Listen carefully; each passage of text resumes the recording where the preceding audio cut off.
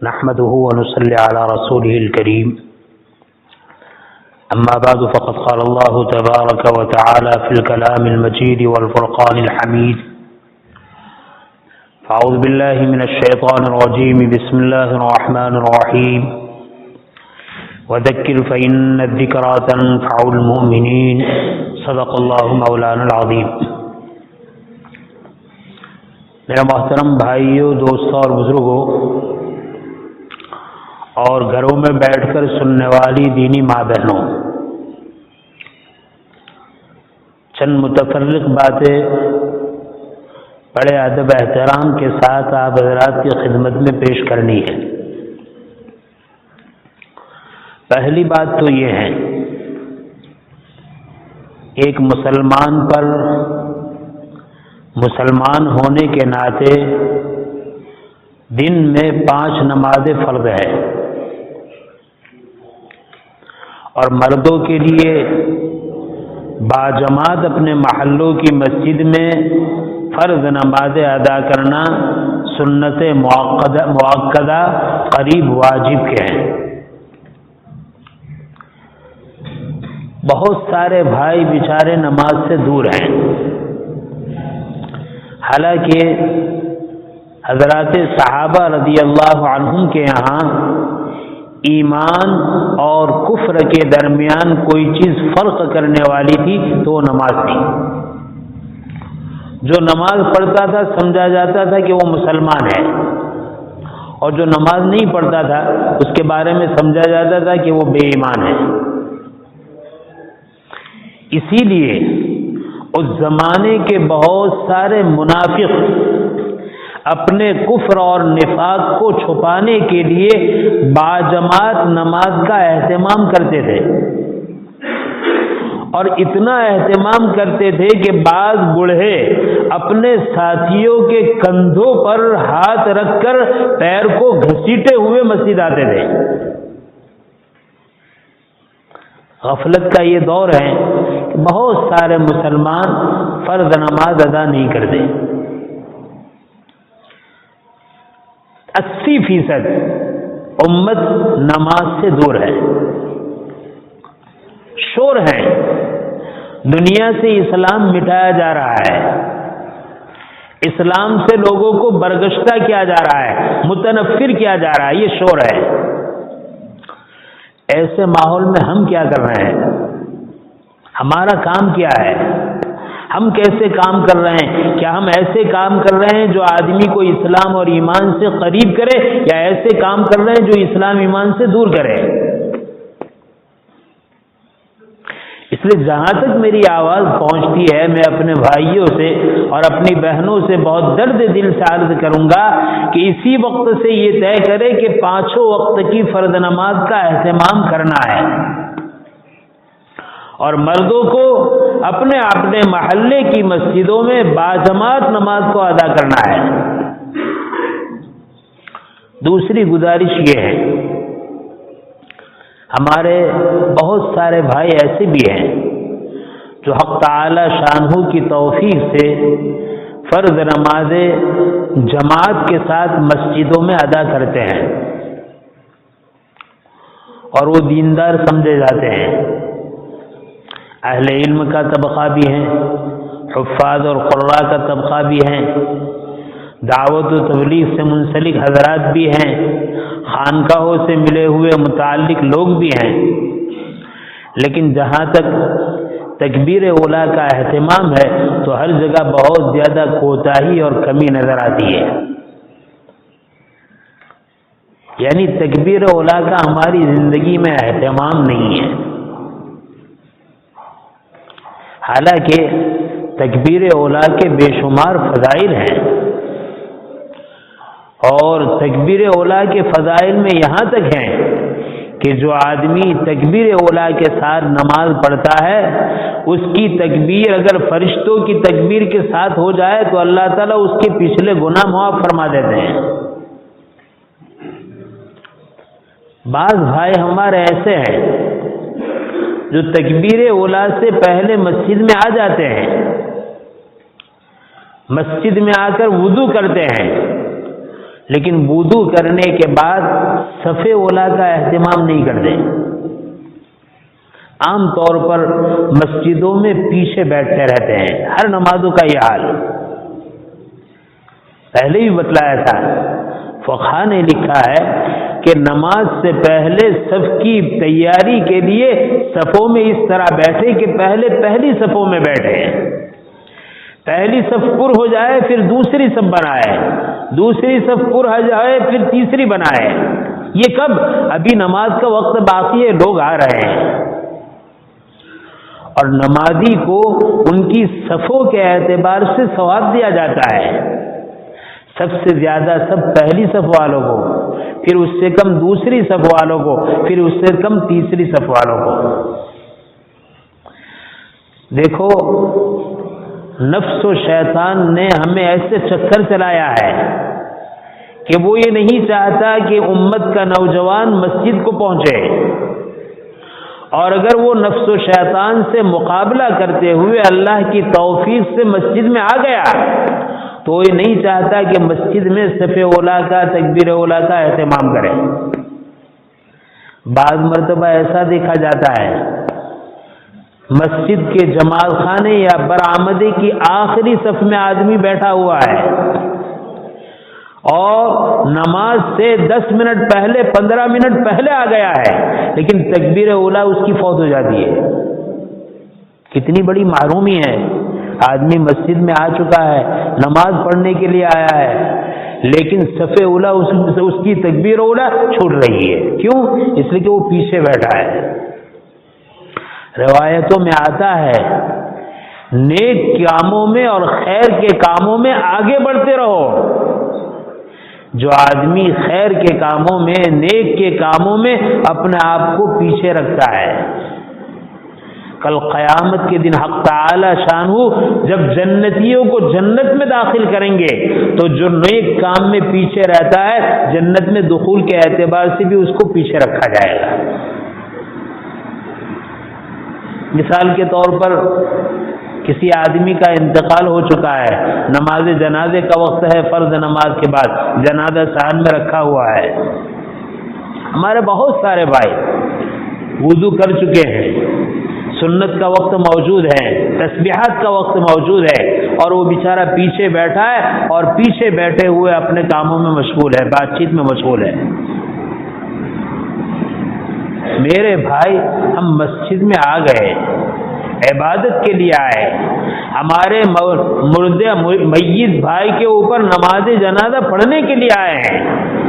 یہ سارے کام ہمیں اس بات کی طرف جھنجھوڑ رہے ہیں کہ یہ دنیا سے چلا گیا، عمل سے محروم ہو گیا، اب عمل نہیں کر سکتا. تمہیں وقت ہے، تم اپنے وقت کو ضائع نہ کرو، اور وقت کو ضائع کر کے عبادت سے اپنے آپ کو دور نہ رکھو.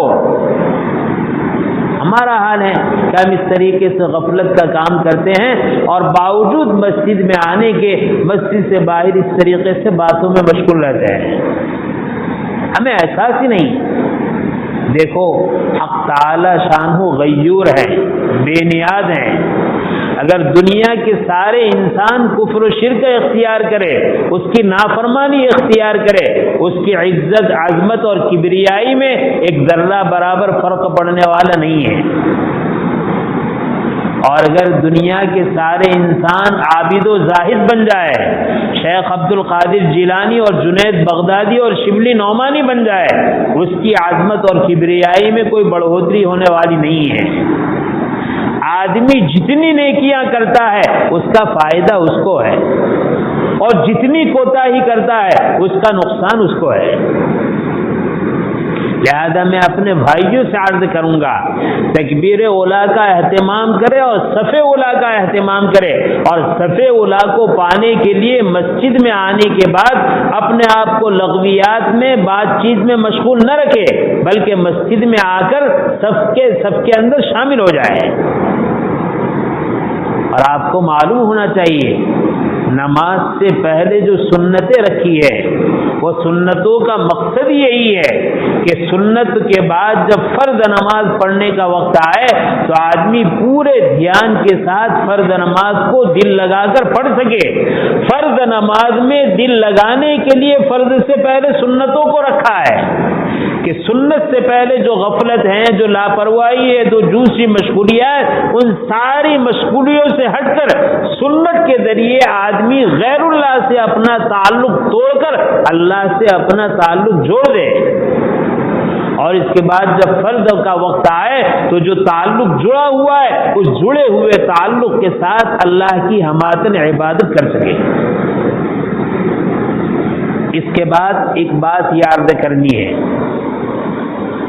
بعض مرتبہ ہم نماز کے لیے آ گئے، دیکھو فضائل کی برکت ہے کہ آدمی عبادت کی طرف متوجہ ہوتا ہے، اور مسائل کی برکت ہے کہ آدمی کا عمل صحیح ہوتا ہے۔ مثال کے طور پر فجر کے علاوہ دوسری کوئی نماز پڑھنے کے لیے ہم آئے ہیں، ظہر ہے، عصر ہے، مغرب ہے، عشاء ہے، تو ظہر سے پہلے بھی سنت ہیں، عصر سے پہلے اور عشاء سے پہلے بھی سنت ہیں، مغرب کے پہلے تو سنت نہیں ہے۔ علماء نے لکھا ہے کہ کوئی آدمی ایسے وقت میں ظہر کی نماز کے لیے آیا کہ ظہر کی فرض نماز سے پہلے 4 رکعت سنت مؤکدہ ہے، اب اتنا وقت ہے کہ وہ 4 سنت پڑھنے جائے گا تو اس کا ظہر کا تکبیر اولیٰ اس کی چھوٹ جائے گی۔ ٹھیک ہے، وہ آدمی آ کر 2 رکعت تحیۃ المسجد پڑھ لے، لیکن 4 رکعت سنت میں مشغول نہ ہو۔ اگر 4 رکعت میں سنت میں مشغول ہونے کی وجہ سے تکبیر اولیٰ فوت ہو رہی ہے تو ابھی سنت مؤکدہ چھوڑ دے، فرض نماز پڑھ لی، 2 رکعت سنت ظہر پڑھ لو اور اس کے بعد 4 سنت پڑھ لو۔ اور اگر عصر اور عشاء کی نماز ہے اور ایسے وقت میں مسجد میں آئے کہ مسجد میں آنے کے بعد وہ 4 رکعت نہیں پڑھ سکتا ہے لیکن 2 رکعت پڑھ سکتا ہے، تو عصر کا موقع ہے، عشاء کا موقع ہے، 2 رکعت پڑھ سکتا ہے، 2 رکعت پڑھ لے اور اس کے بعد فرض نماز میں شامل ہو جائے۔ ہاں اگر اتنا تھوڑا وقت ہے کہ اگر عصر اور عشاء کی سنت میں مشغول ہونے کی وجہ سے چاہے 2 رکعت پڑھے، 2 رکعت پڑھنے کی وجہ سے اس کی عصر کی اور عشاء کی تکبیر اولیٰ چھوٹتی ہے تو 2 رکعت بھی نہ پڑھے۔ یہ تکبیر اولیٰ کا اہتمام ہے۔ ہمارے یہاں تو غفلت کا یہ حال ہے کہ جب بھی کسی فرض نماز کے لیے اقامت کہی جاتی ہے تو اقامت کہتے ہوئے مؤذن صاحب کے داہنی طرف 2 آدمی، بائیں طرف 2 آدمی۔ مغرب کی نماز کا یہ حال، فجر کی نماز کا یہ حال، عصر کی نماز کا یہ حال کہ 2-3 آدمی ادھر ہوتے ہیں، 2-3 آدمی ادھر۔ مغرب کی نماز اذان شروع ہوتی ہے، پوری پورا جماعت خانہ خالی ہوتا ہے۔ یہ کیا ہے میرے بھائی؟ یہ دینی اعمال کی عظمت ہمارے اندر نہیں ہے۔ نبی کریم صلی اللہ علیہ وسلم نے احادیث میں اس پر جو وعدے سنائے ہیں، جو فضائل سنائے ہیں، اس فضائل پر جیسا یقین ہونا چاہیے ہمارے پاس ویسا یقین نہیں ہے۔ اور فجر کی نماز کا مسئلہ یہ ہے، آدمی فجر کی نماز کے لیے آیا مسجد میں نماز پڑھنے کے لیے، اب وہ دیکھتا ہے کہ فجر کی جماعت قائم ہونے میں اتنی دیر ہے کہ وہ 2 رکعت نہیں پڑھ سکتا ہے، تو فجر کی نماز کی سنت کی تاکید سب سے زیادہ ہے۔ لہذا علماء نے لکھا ہے فجر کی جماعت کا کوئی بھی حصہ مل جائے، بعض حضرات فرماتے کہ 1 رکعت مل جائے اور بعض حضرات فرماتے کم سے کم قاعدہ اخیرہ مل جائے، تو آدمی کو فجر کی سنت پہلے پڑھ لینی چاہیے اور سنت پڑھنے کے بعد پھر نماز جماعت کی نماز میں شامل ہو۔ کیوں؟ اس لیے کہ ظہر میں تو آپ بعد میں سنت پڑھ سکتے ہیں، لیکن فجر کی نماز میں فرض نماز ادا کر لینے کے بعد آفتاب کے طلوع ہونے تک، سورج کے نکلنے تک کسی سنت اور نفل پڑھنے کی اجازت نہیں ہے۔ لہذا علماء نے لکھا ہے کہ اگر 1 رکعت فجر کی ملتی ہو یا کم سے کم قاعدہ اخیرہ ملتی ہو تو آدمی کو سنت پڑھ لینا چاہیے۔ لیکن ایک مسئلہ اس میں اور یاد رکھے، مثلا یہ ہمارا جماعت خانہ ہے، اس کے باہر برآمدہ ہے، اب ہم مسجد میں آئے اور ہمیں خیال ہے کہ ہم 2 رکعت سنت فجر پڑھیں گے تو جماعت قائم ہو جائے گی، جماعت کھڑی ہو جائے گی، یا جماعت قائم ہو چکی ہے، کھڑی ہو چکی ہے اور ہمیں سنت پڑھنا ہے، تو جس جماعت خانے میں باجماعت نماز ہونے والی ہے یا شروع ہو چکی ہے وہاں سنت نہ پڑھیں، بلکہ جماعت خانے سے باہر سنت ادا کریں۔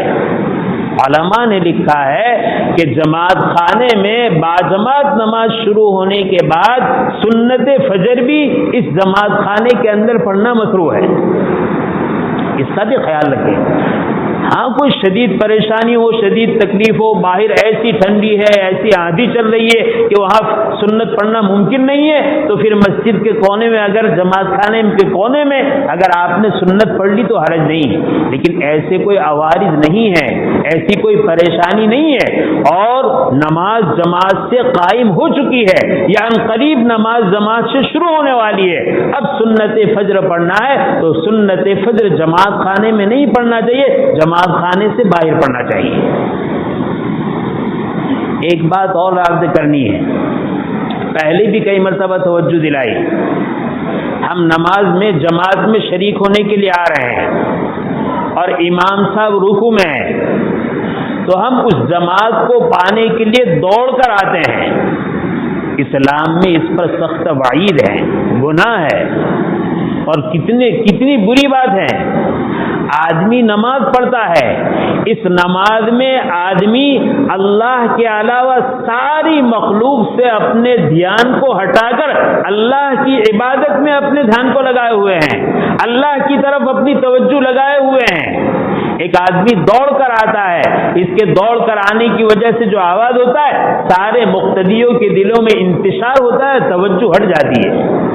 لہذا قرآن و سنت سے یہ معلوم ہوتا ہے کہ جب آدمی نماز پڑھنے کے لیے آئے، جماعت میں شریک ہونے کے لیے آئے، چاہے امام صاحب قیام کی حالت میں ہو، چاہے امام صاحب رکوع میں ہو، چاہے امام صاحب کسی اور حالت میں ہو، اپنی چال سے آہستہ چلتے ہوئے مسجد میں داخل ہو، جماعت میں شامل ہو۔ اگر رکوع مل گیا تو رکعت مل گئی، اور اگر رکوع نہیں ملا تو کوئی حرج نہیں، دوڑ کر آنے کی اجازت نہیں ہے، دوڑ کر آنا علماء نے مکروہ تحریمی لکھا ہے، چل کر آنا چاہیے۔ اگر رکوع مل گیا تو آپ کو رکعت مل گئی، اور رکوع نہیں ملا تو کوئی بات نہیں، قوما ملے گا، رکوع کے بعد کھڑے ہوتے ہیں وہ حصہ ملے گا، وہاں شریک ہو جائے، یہ رکعت نہیں ملی لیکن آپ کو نماز تو مل گئی۔ ایک غلطی تو ہماری یہ ہوتی ہے کہ رکوع کو پانے کے لیے تیز رفتاری کے ساتھ دوڑتے ہیں۔ دوسری غلطی ہماری یہ ہوتی ہے کہ ہم رکوع کو پانے کے لیے چلتے ہوئے دوڑتے ہوئے آئے، جب ہم جماعت میں شامل ہونے کے وقت قریب آیا امام صاحب رکوع سے اٹھ گئے تو اب ہم نماز میں شریک نہیں ہوتے، پھر دوبارہ چلے جاتے ہیں ہاتھ پوچھنے کے لیے، یہ طریقہ بھی غلط ہے۔ اپنی چال چلتے ہوئے جماعت کو پانے کے لیے مسجد میں داخل ہو، اور اگر امام صاحب سے رکوع مل گیا تو ساتھ میں شریک ہو جاؤ، رکوع نہیں ملا، امام صاحب رکوع سے کھڑے ہو چکے ہیں، قوما میں نیت کر کے اسی میں شریک ہو جاؤ۔ اس لیے کہ حدیث میں کیا آتا ہے، جو آدمی ایک نماز تنہا پڑھتا ہے اس کو ایک نماز کا ثواب ملتا ہے، اور جو آدمی جماعت سے نماز پڑھتا ہے تو ایک روایت کے مطابق 25 نماز کا اور ایک روایت کے مطابق 27 نماز کا ثواب ملتا ہے۔ کیا مطلب ہوا؟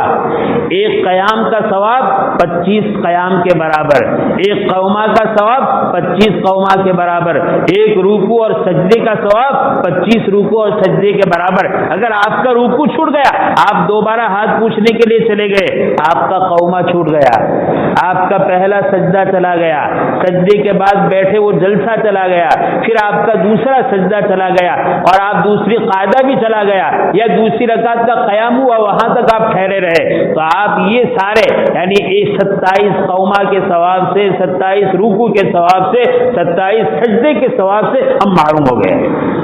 لہذا جس حال میں امام کو پالو امام کے ساتھ شریک ہو جاؤ، واپس جانے کی ضرورت نہیں ہے۔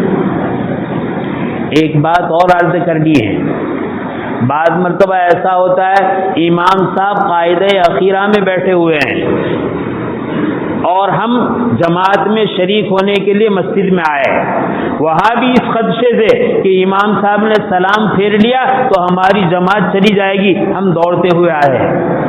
جس طریقے سے رکوع حاصل کرنے کے لیے دوڑنے کی اجازت نہیں، اسی طرح جماعت حاصل کرنے کے لیے دوڑنے کی اجازت نہیں ہے۔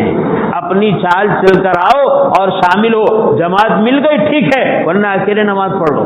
دوڑنا مسجد میں اس کو پسند نہیں کیا گیا، مکروہ قرار دیا گیا۔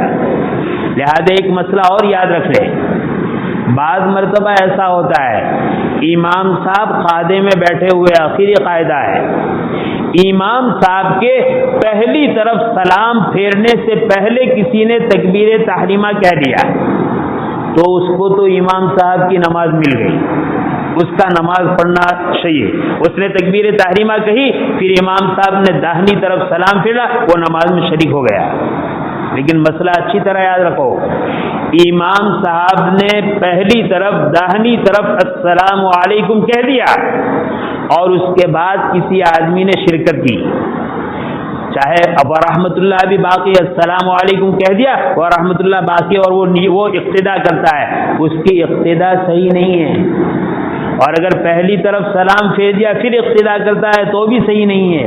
دوسری طرف سلام پھیر دیا اور وہ سمجھے کہ میں شریک ہو گیا، شریک نہیں ہوا، اس کی نماز ہی صحیح نہیں ہوئی۔ لہذا اگر امام صاحب کے قاعدے میں بیٹھے ہوئے آپ نے تکبیر تحریمہ کہہ لیا اور امام صاحب نے السلام علیکم نہیں کہا، تب تو آپ نماز میں شریک ہو گئے، اور امام صاحب نے ایک طرف بھی اگر سلام پھیر دیا پھر آپ نے نماز شروع کی تو آپ کی نماز شروع کرنا صحیح نہیں ہوا۔ اب آپ ٹھہر جائیے، ایک طرف سلام پھیر دیا ہے، جب وہ دوسری طرف سلام پھیر دے پھر ہمیں کیا کرنا چاہیے؟ وہ صفوں میں شامل ہو کر نماز پڑھنے کی ضرورت نہیں۔ بعض مرتبہ تو ایسا ہوتا ہے کہ امام صاحب دونوں طرف سلام پھیر لیتے ہیں لیکن ابھی مجمع اور مصلی بیٹھے ہوئے، اب نیا آنے والا آنے کے بعد وہ صف میں شامل ہوتا ہے۔ یہ غلط طریقہ ہے۔ کیوں غلط طریقہ ہے؟ اس لیے کہ جہاں یہ نماز شروع کر رہا ہے اس کے آگے نماز پڑھنے والے نماز پڑھ رہے ہیں، اب ان کو جانے میں تکلیف ہے۔ لہذا امام صاحب نے اگر پہلی طرف سلام پھیر دیا، اس کے بعد جماعت میں شامل ہونے کا کوئی موقع نہیں ہے، اب وہاں نماز بھی نہ پڑھے، اب ایسی جگہ پر چلے جائے کہ آنے جانے والے کو تکلیف نہ ہو، ستون کے، تھمبے کے، دروازے کی آڑ میں نماز پڑھے تاکہ آنے جانے والے کو تکلیف نہ ہو۔ یہ چند مسائل تھے جس کی طرف توجہ دلانا ضروری تھا۔ اللہ تعالی شانو ہمیں اس کو سمجھنے کی اور اس پر عمل کرنے کی توفیق نصیب فرمائے۔ آمین۔ وآخر دعوانا الحمدللہ رب العالمین۔